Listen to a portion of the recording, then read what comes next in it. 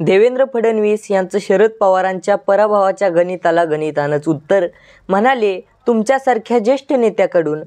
देवेंद्र फडणवीस शरद पवारांना म्हणाले, पराभव स्वीकारला तर यातून लवकर बाहेर याल. विधानसभा निवडणुकीत महायुतीला प्रचंड विजय झाला आहे. महायुतीला 230हून अधिक जागा मिळाल्या आहेत, तर महाविकास आघाडीला 49 जागा मिळाल्या आहेत.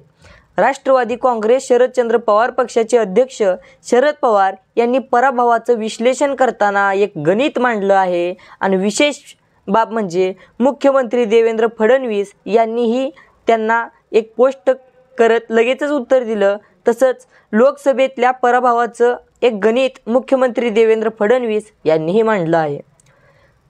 आणि शरद पवारांनी जनतेची दिशाभूल करू नये असंही फडणवीस यांनी म्हटलं आहे. शरद पवार नेमकं काय म्हणाले हे आपण जाणून घेण्याचा प्रयत्न करू. पराभवाचे विश्लेषण करताना शरद पवार म्हणाले, महाविकास आघाडी यापुढील काळातही एकत्रित निवडणुकांना सामोरे जाणार नाही. पराभव झाला म्हणून नाउमेद व्हायचं नसतं. निवडणुकीला काही पर्याय नसतो. मी माझ्या आयुष्यात 14 वेळा निवडणूक लढलो, पण मला कधीही पराभव पाहावा लागला नाही. पण या वेळेला राज्यात आम्हाला पराभव पाहायला मिळाला. जरी पराभव आला तरी चिंता करायची नसते. लोकांमध्ये जावं लागतं आणि लोक चिंताग्रस्त आहेत असे आम्हाला दिसते. लोकांमध्ये उत्साह दिसत नाही. निवडणूक झाल्यानंतर एक उत्साह मिळतो, तो मात्र या वेळेला दिसत नाही. काय गणित मांडलं हे आपण जाणून घेण्याचा प्रयत्न करू. शरद पवार पुढे म्हणाले, काँग्रेस पक्षाला 80 लाख मते पडली आणि त्यांचे फक्त 16 आमदार निवडून आले. तर शिवसेना शिंदे गटाला 79 लाख मते मिळाली, तर त्यांचे 57 आमदार निवडून आले.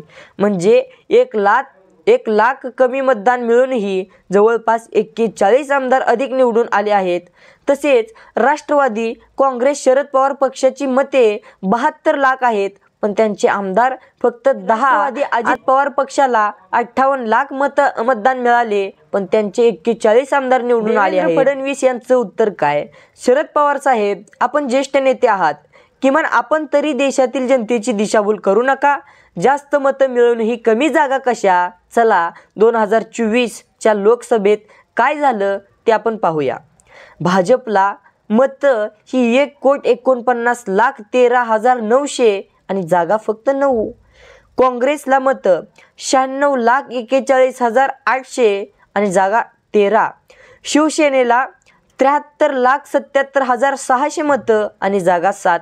राष्ट्रवादी शरद पवार गटाला 58,51,000 मतं आणि जागा 8.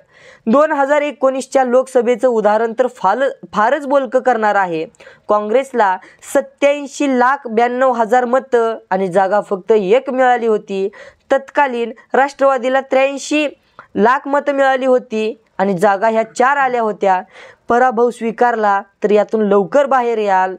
तुम्ही तरी आपल्या सहकाऱ्यांना आत्मपरीक्षण करण्याचा सल्ला द्याल अशी अपेक्षा आहे. अशी पोस्ट मुख्यमंत्री देवेंद्र फडणवीस यांनी केली असून शरद पवारांच्या गणिताला गणितानंच उत्तर दिलं आहे. तसंच किमान शरद पवारांनी जनतेची दिशाभूल तरी करू नये असं मुख्यमंत्री देवेंद्र फडणवीस यांचं प्रत्युत्तर आहे. धन्यवाद.